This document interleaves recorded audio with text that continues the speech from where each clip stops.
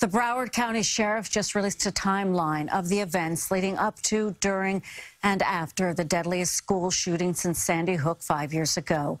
We're seeing first photographs of the 17 people who were killed in Parkland, Florida yesterday. We're learning their names, hearing from people who knew and loved them. And new information has been revealed about the suspect, Nikolas Cruz. He made his first court appearance this afternoon. Police say he confessed to the mass shooting. CBS 2's Jessica Moore joining us now with the latest. Jessica. Dana, today we're to the school before the massacre, and then he tried to blend in with students as he fled the campus. Police just confirmed he went to Walmart and McDonald's before being caught in a nearby neighborhood.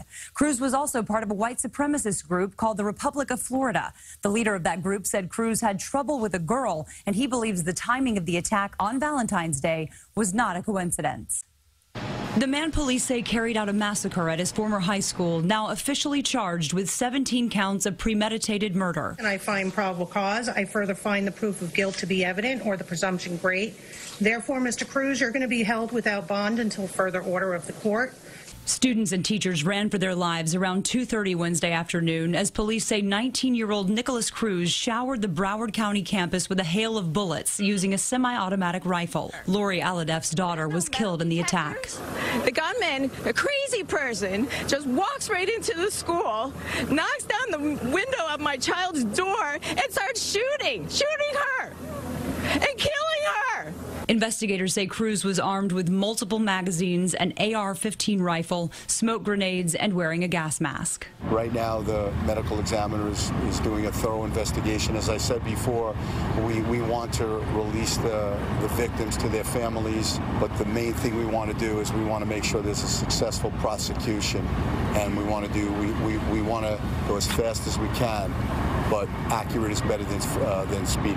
FBI investigators spent hours today combing through the home where Cruz was staying after the death of his mother.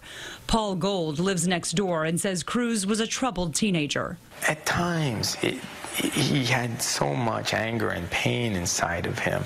Now investigators are pleading with the public to remain vigilant for other suspicious people. If there's something in your gut that tells you there's something not right with this person has the capabilities in my mind to do this or do that, please don't remain silent. Today, President Trump called yesterday's attack a scene of violence and evil, but also delivered a message of hope. I want to speak now directly to America's children, especially those who feel lost, alone, confused, or even scared. I want you to know that you are never alone and you never will be. Cruz was expelled because he got into a fight with his ex-girlfriend's new boyfriend. We're told before her death, Cruz's mother had called police on her son several times and had him enrolled in therapy. Jessica Moore, CBS 2 News. Dana? Jessica, thank you.